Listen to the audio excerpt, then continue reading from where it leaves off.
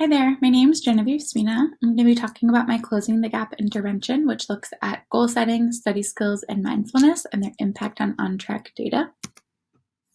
This year I had the pleasure of interning at Pritzker Elementary School, which is located in Wicker Park. Pritzker is a regional gifted center as well as a neighborhood school, so we have students from across the city. This year there's about 743 students. The population is pretty ethnically diverse, with about 30% African American students, 30% Hispanic, and 30% white. CPS uses something called Ont-Track data to decide if students are ready and prepared to graduate high school and for college success, and they classify students into 5 different categories based on a combination of their attendance and grades in core subjects. And those 5 categories are on track, almost on track, near on track, far from on track, and off track. For my Closing the Gap intervention, I decided to focus specifically on students who fell into the far from on track category.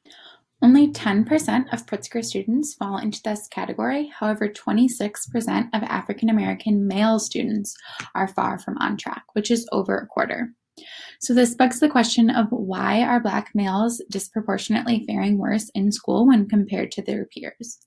As school counselors, this question is specifically significant and relevant. Additionally, when looking at this data, we see 7th grade as an outlier.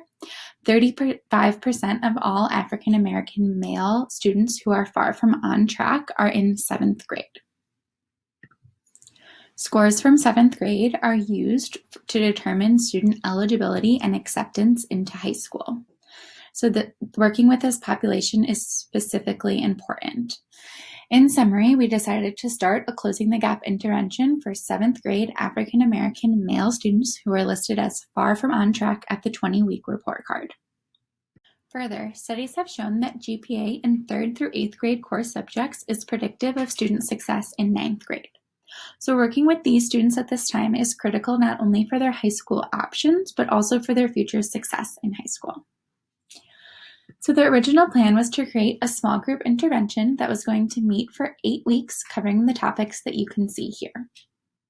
Small group interventions are key to creating social support and a feeling of connectedness within the school environment, and this is linked to better academic performance for elementary age students.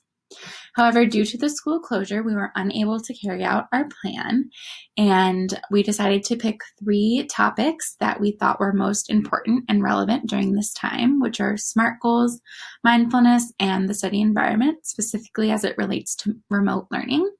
So I created 3 short videos for students to watch on these topics with different activities linked in each one, and used a Qualtrics survey to collect some data to assess some of the knowledge that was gained through these interventions.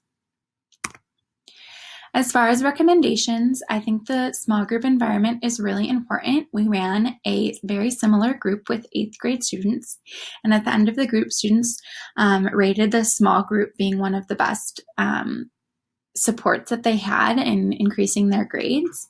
So thinking about if we continue to be online in the fall, it's really important to think how we can use the small group, all the benefits that come from small groups and adapt those to the online setting. And so students are still feeling that sense of connectedness and support. Additionally, in our 8th grade group, we had a lot of success with our connections that we made with the teachers, thinking about things like SMART goals and their academic supports. The students were able to communicate with us and their teachers, and we were able to communicate with their teachers, and that really was beneficial for student success. So again, thinking about being online, how can we still remain in contact with teachers, and how can that kind of line of communication stay intact despite just being virtual? Here's a brief bibliography. A lot of kind of the guiding lessons that were used for this intervention came from Success-Bound curriculum. As we know that goal setting is best practice for increasing academic scores and holding students accountable and creating this clear picture of success in order for them to get on track. Thank you very much. If you have any questions, please let me know.